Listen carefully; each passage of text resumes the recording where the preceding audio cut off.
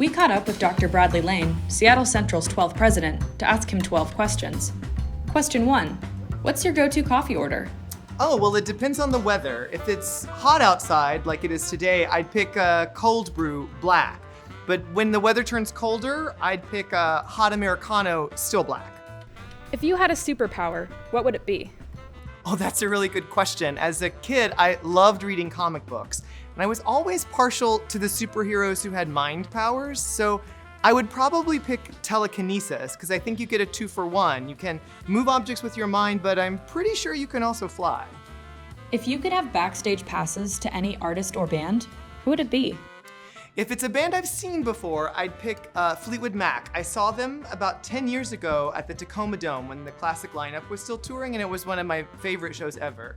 If it's an act I haven't seen before, I'd probably pick Janet Jackson, because nothing reminds me more of my childhood than roller skating to Janet Jackson songs. What is the best thing about Seattle Central College? Oh, there's so many things to love about places like Seattle Central. Community colleges are really levers for social mobility. And part of what I love about Seattle Central is how everyone who works here is so committed to the mission of the college, and how really every student can find an opportunity here that's just right for them. But going to a school like Seattle Central means that you can change your life, your family's life, your community's life through education. That's really the best part of being at Seattle Central. Okay, Desert Island picks. One movie, one book, one album.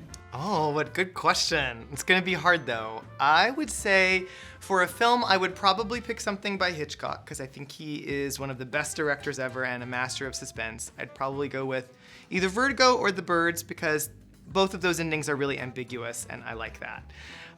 As far as a book goes, I'd probably pick something by William Faulkner, because I grew up in Tennessee and was a big fan of Southern fiction.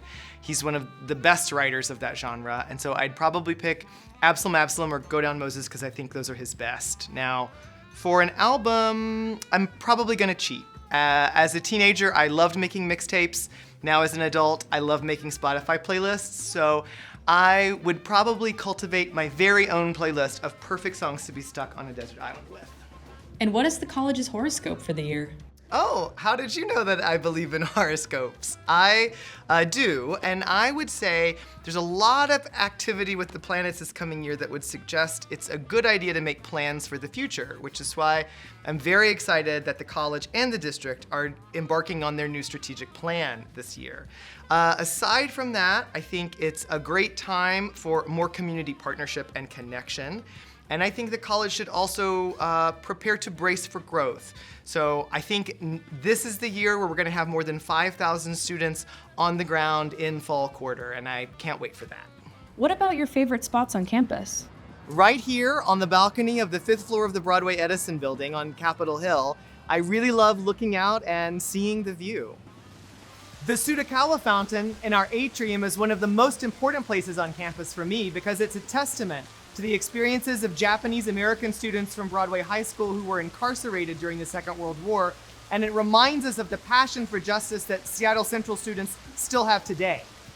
Here in the Humanities and Social Sciences Division office, it's one of my favorite spots on campus, because it's where I got my start at Seattle Central when I came here as a dean back in late 2012. If you could have dinner with one person, living or dead, who would that be? Oh, that's a great question too. I would probably pick a writer.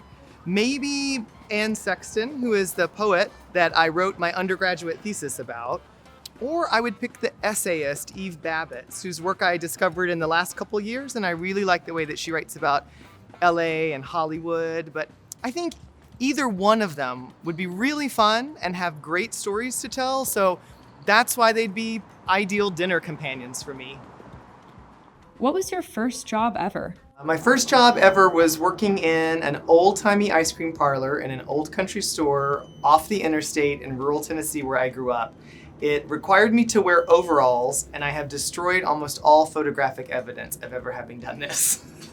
How do you unwind after a long day? Oh, that's an easy answer. I'm probably watching some reality TV at home. It would be even better if it were Survivor or maybe The Amazing Race. Who was your favorite teacher and why? Oh, that's easy. It's Dr. Simpson, who is my 11th grade English teacher, and it was because she really made a personal connection to me. She sponsored a lot of the after-school activities I was involved in, and she even led a trip in between my junior and my senior year that was the first trip I took abroad. It was to England. I got to know her and her family, and we stayed connected even after I graduated from high school. She was the first teacher I ever had who had a doctorate degree, and I think she inspired me, really, to get my doctorate degree and to teach 11th grade English when I became a high school teacher. So it was all because of Dr. Simpson. Okay, last question. What are you looking forward to most this year? Well, there's a lot, but I would say it boils down to celebrating our wins and what we've accomplished as a college, welcoming all of the new staff, 82 of them in fact, and new students who are coming to Central for the first time this year, and then something that you'll hear about today, which is the idea of moving with purpose. I really think we're gonna have a great year together, and I'm so excited to welcome you back to campus, so go Tigers!